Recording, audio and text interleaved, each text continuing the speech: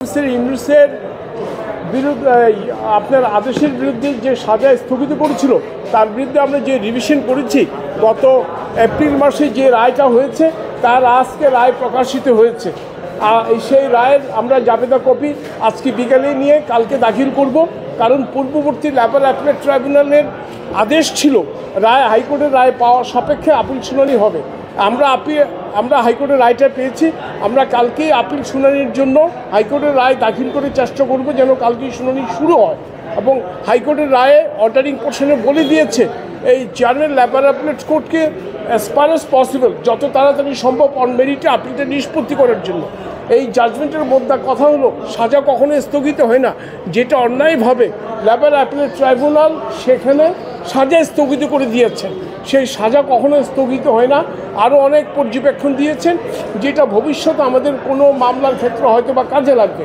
তা আমরা মনে করি হাইকোর্টের রায়টা লেবার অ্যাপিলেট ট্রাইব্যুনালের জন্য binding, article 111 of the constitution, এবং সেই অনুযায়ী সেই ডিরেকশন অনুযায়ী আমরা আশা রাখছি কালকে আপিল শুনানি করতে পারবো।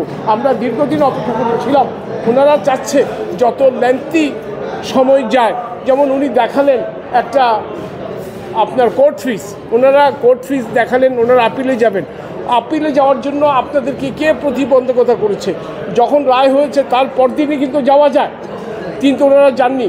এখনও যেহেতু আপিল হাইকোর্টের রায় প্রকাশিত হয়েছে, আপিল শুনানি হবে, ওনারা এটাকে কালক্ষেপণ করার জন্য অসৎ উদ্দেশ্যে ওনারা এখন বলছে যে আমরা আপিল করব। করেন, আমাদের আপত্তি নাই। যেখানেই যাবেন সেখানে আমরা কন্টেস্ট করব, যেখানেই ইউনূস সেখানেই কলকারখানা প্রতিষ্ঠান। আইনি লড়াই কাউকে ছাড় দেওয়া হবে না, সোজা কথা।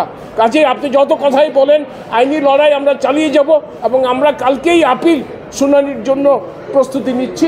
আমরা শুনানি স্টার্ট করতে পারবো। বিচারক আছে তো, সেই আইনি জটিলতা যদি প্রশ্ন উঠে সেটা আমরা আদালতের কাছে সেটা প্রতিকার চাবো, প্রয়োজনে যদি হয় আমরা আইনি ব্যাখ্যা চাবো। না, এটা উনি আসলে খেই হারিয়ে ফেলেছে।